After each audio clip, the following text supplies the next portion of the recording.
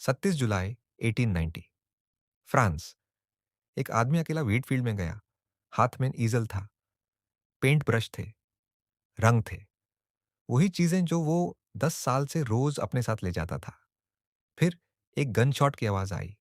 वो आदमी कांपते कदम से वापस आया। सीना पकड़ा हुआ था। वो अंदर घुसा, कांपते हाथों से ऊपर चला गया। मलिक ने देखा और पूछा, सब ठीक है? उसने अपनी शर्ट उठाई। सीने के पास एक गहरी चोट थी और बोला, मैंने खुद को खत्म करने की कोशिश की। 2 दिन बाद विंसेंट वैन गोग मर गया। सिर्फ 37 साल का था। पर यहाँ एक सवाल है जो आज तक जवाब नहीं मिला। उस व्हीट फील्ड में कोई गवाह नहीं था, कोई गन नहीं मिला पास में। फॉरेंसिक एक्सपर्ट्स कहते हैं बुलेट का एंगल ऐसा था जो खुद लगाना ऑलमोस्ट नामुमकिन है। और उसकी जेब में एक खत था। उस दिन सुइसाइड नोट नहीं था वो, एक सीधा साधा खत था अपने भाई के नाम। प्लान्स लिखे थे, उम्मीदें लिखी थी। तो क्या सच में विंसेंट ने खुद को मारा या किसी और ने? और अगर किसी और ने गोली मारी तो वो 2 दिन तक उस इंसान को क्यों बचाता रहा? जवाब ढूंढने के लिए शुरुआत पे जाना होगा। नेदरलैंड्स, 1853। विंसेंट विलम वान गोग एक पास्टर के घर पैदा हुआ। बाप ठीक था, पर दौर था, खामोश था, अपने अंदर बंद रहता था। माँ वहां रहती थी, पर महसूस नहीं होती थी, जैसे वहां हो के भी ना हो।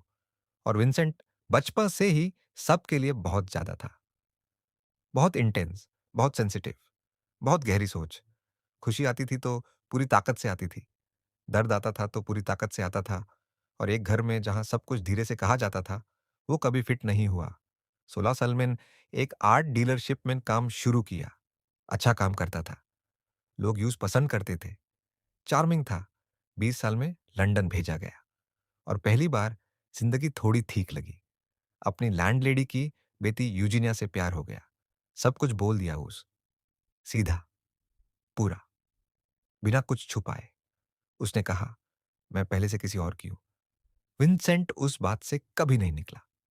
खाना छूटा, नींद छूटी, रिलीजन में डूब गया। हर जगह बाइबल साथ रहती, कस्टमर्स को आयतें सुनाता। डीलरशिप ने निकाल दिया। पास्टर बनना चाहा बाप की तरह, एग्जाम फेल हो गया। मिशनरी बनना चाहा, बेल्जियम के कोल माइनिंग इलाके में गया। वहां के सबसे गरीब लोगों के साथ रहने लगा। जो कुछ था सब दे दिया। खाना, कपड़े, बिस्तर, खुद जमीन पे सोया, खुद लगभग कुछ नहीं खाया। चर्च ने कहा, यह बंदा हद से ज्यादा एक्सट्रीम है, पोजीशन से हटा दिया। 27 साल का था अब, कोई काम नहीं, कोई पैसा नहीं, कोई रास्ता नहीं। घर वाले धीरे धीरे उम्मीद छोड़ रहे थे, पर एक इंसान था जो कभी नहीं छोड़ता। थियो, छोटा भाई, विंसेंट का। थियो सब कुछ था जो विंसेंट नहीं था। Stable, practical, successful. पेरिस में एक बड़ा आर्ट डीलर बन गया था और अपने भाई से प्यार करता था, बिना किसी शार्ट के, बिना किसी हिसाब के। 1880 में थियो ने एक वादा किया, हर महीने पैसा भेजूंगा तुझे, बस पेंट कर, और कुछ नहीं। ये सबसे बड़ी मेहरबानी थी जो किसी ने विंसेंट के साथ की, और इसी ने उसे धीरे धीरे अंदर से तोड़ा भी। विंसेंट जो सब कुछ गहरी तरह महसूस करता था, उस मेहरबानी का बोझ भी गहरी तरह महसूस करता था। एक जवान मार्ट, अपने छोटे भाई के पैसे पे जिंदा। उसने खुद से वादा किया, अपनी पेंटिंग से हर पैसा लौटाऊंगा। पेंटिंग पे पेंटिंग भेजता रहा थियो को। थियो ने बेचने की कोशिश की, पेरिस ने मुंह फेर लिया। पूरी जिंदगी में सिर्फ एक पेंटिंग बिकी, रेड वाइनयार्ड, 400 फ्रैंक्स। वो आदमी जिसके पेंटिंग्स आज अरब खराब में बिकती है, जिंदगी भर में सिर्फ एक कैनवस बेच पाया। पर वो रुका नहीं। पेंटिंग उसकी एक जुबान थी, जो अल्फाज में नहीं कह सकता था, कैनवस पे कह देता था। पर वो रुका नहीं। पेंटिंग उसकी एक जुबान थी, जो अल्फाज में नहीं कह सकता था, कैनवस पे कह देता था। आखिरी 2 सालों में 900 से ज्यादा पेंटिंग्स बनाई, एक दिन में एक से ज्यादा। हर सुबह का आसमान, हर व्हीट फील्ड, हर रात के सितारे, हर पुराना जूता, हर चेहरा जो थोड़ा देर के लिए रुक जाए। पेंटिंग करता रहा क्योंकि दूसरा रास्ता था खामोशी। और खामोशी उसके लिए सबसे अंधेरा जगह थी। साउथ फ्रांस के अर्लेस में आया। एक छोटा-सा पीला घर किराए पे लिया। एक सपना था पेंटर्स की कॉलोनी, साथ रहना, साथ बनाना। पॉल गौगान को बुलाया। एक ही पेंटर था जिसे वो सच्ची एडमायर करता था। 2 महीने लगभग सपने जैसा था। 2 गैरेज यहाँ, एक छोटे घर में बनाना, झगड़ना, एक दूसरे को पुश करना, फिर टूट गया। जैसे विंसेंट की जिंदगी में सब कुछ टूटता था।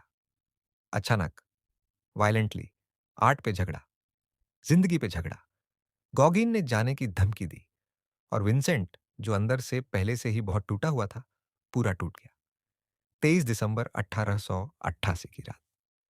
विंसेंट ने अपना कान का एक हिस्सा रेजर से काटा, कपड़े में लपेटा, एक औरत के पास ले गया, पास के ब्रॉटेल में। क्यों? कोई नहीं जानता। उस रात उसके अंदर क्या चल रहा था, कोई नहीं जानता। अगले दिन पुलिस ने उसे बेहोश पाया, लहू में। साइकेट्रिक हॉस्पिटल ले जाया गया और यहां ये कहानी कुछ और बन जाती है। उन सेव्ड दीवारों के अंदर विंसेंट ने कुछ ऐसी पेंटिंग्स बनाए जो दुनिया ने पहले कभी नहीं देखी थी। Starry night. असाइलम की एक खिड़की से रात के आसमान को देखा। सितारे जो घूमते थे, जैसे सांस ले रहे हों। आसमान जो लहरों की तरह हिलता था। रोशनी जिसका वाजन था, टेक्सचर था, और कैनवस पे उतार दिया। दुनिया की सबसे मशहूर पेंटिंग, एक साइकेट्रिक वार्ड में बंड आदमी ने बनाए, अकेले, एक खिड़की से बाहर देखते हुए, कुछ और होने की तमन्ना करते हुए। 1 साल बाद छूटा। ऑनवर्स पेरिस के पास एक छोटे गांव में आया, डॉक्टर पॉल गेशेट की देखभाल में। थोड़ा हल्का लगा। पेंटिंग हो रही थी। खुशहाल खत लिख रहा था थियो को। प्लान्स बन रहे थे, पर अंदर अंधेरा हमेशा वहां था, बस इंतजार में। थियो की शादी हो गई थी। नाया बच्चा था। नाम रखा विंसेंट विलम, अपने भाई के नाम पे। पर थियो को भी मुश्किलात थी। काम पे प्रेशर, सेहत ठीक नहीं। और विंसेंट, जो पहले से थियो की मेहरबानी का बोझ उठाता था, अब इससे भी ज्यादा बुरा महसूस करने लगा। ये सोचने लगा वो अपने भाई की जिंदगी बर्बाद कर रहा है, कि वो एक ऐसा बोझ है जो उठाया नहीं जा सकता, कि सबसे अच्छी चीज जो वो कर सकता है वो है गायब हो जाना। 27 जुलाई 1890। ईजल उठाया, व्हीट फील्ड में गया, और फिर गन शॉट। ये जानते हैं हम, जख्म पेट के पास था, सर के पास नहीं। सुसाइड के लिए अजीब जगह, कोई गुण नहीं मिला।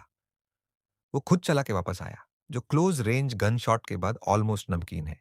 जेब में खत, गुड बाय नहीं था उसमें। कुछ रिसर्चर्स का कहना है एक टीनेजर था, रेने सिक्रेटन। हफ्ते हफ्ते से विंसेंट को तांग करता था, मजाक उड़ाता, परेशान करता। उसके पास गुन थी। उस दोपहर फील्ड में कुछ हुआ दोनों के बीच। गुन चली, शायद जानबूझ के, शायद गलती से। और विंसेंट घास में पेट में गोली खाए हुआ एक फैसला किया, उस लड़के का नाम नहीं लेगा, खुद जिम्मा लेगा। अपनी जिंदगी का आखिरी काम उसी इंसान को बचाना जिसने यूं से तकलीफ दी। सिक्रेतान फैमिली अगले सुबह ही गांव छोड़ के चली गई। रेने की गुन फिर कभी नजर नहीं आई। थियो भागा चला आया। 15 घंटे भाई का हाथ थमे बैठा रहा। विंसेंट के आखिरी अल्फाज, यही चाहता था मैं, और वो चला गया। थियो टूट गया, बिल्कुल अंदर से। 6 महीने बाद थियो भी मर गया। 2 भाई जिन्होंने एक दूसरे को सैकड़ों खत लिखे, हर खुशी शेयर की, हर दर्द शेयर किया, हर सपना शेयर किया। ओवर्स के उसी कब्रिस्तान में एक दूसरे के पास दफन है, साथ साथ। और ये आखिरी बात, जब विंसेंट 1890 में मारा, लगभग किसी ने उसका नाम नहीं सुना था। एक पेंटिंग बिची थी पूरी जिंदगी में, कोई पैसा नहीं, कोई शोहरत नहीं। मरा ये सोचते हुए कि उसने अपनी जिंदगी बर्बाद की, कि वो एक बोझ था, कि उसका काम किसी काम का नहीं। आज उसकी पेंटिंग्स अरब खराब में बिकती है। स्टारी नाइट और दुनिया की सबसे पहचानी जाने वाली इमेजेस में से एक। सनफ्लावर्स, बेडरूम इन आर्लेस, आयरिसेस, हर एक, कोई मूल नहीं। और विंसेंट को कभी पता नहीं चला, अंधेरों में मारा, ये जाने बिना कि वो रोशनी जो वो पूरी जिंदगी कैनवस पे डालता रहा, वो खुद की थी। दुनिया उसके लिए तैयार नहीं थी जब वो यहां था। फिर अगली 100 सालों में कोशिश करता रहा उसे समझने की, और आज भी पूरी तरह नहीं समझ पाया।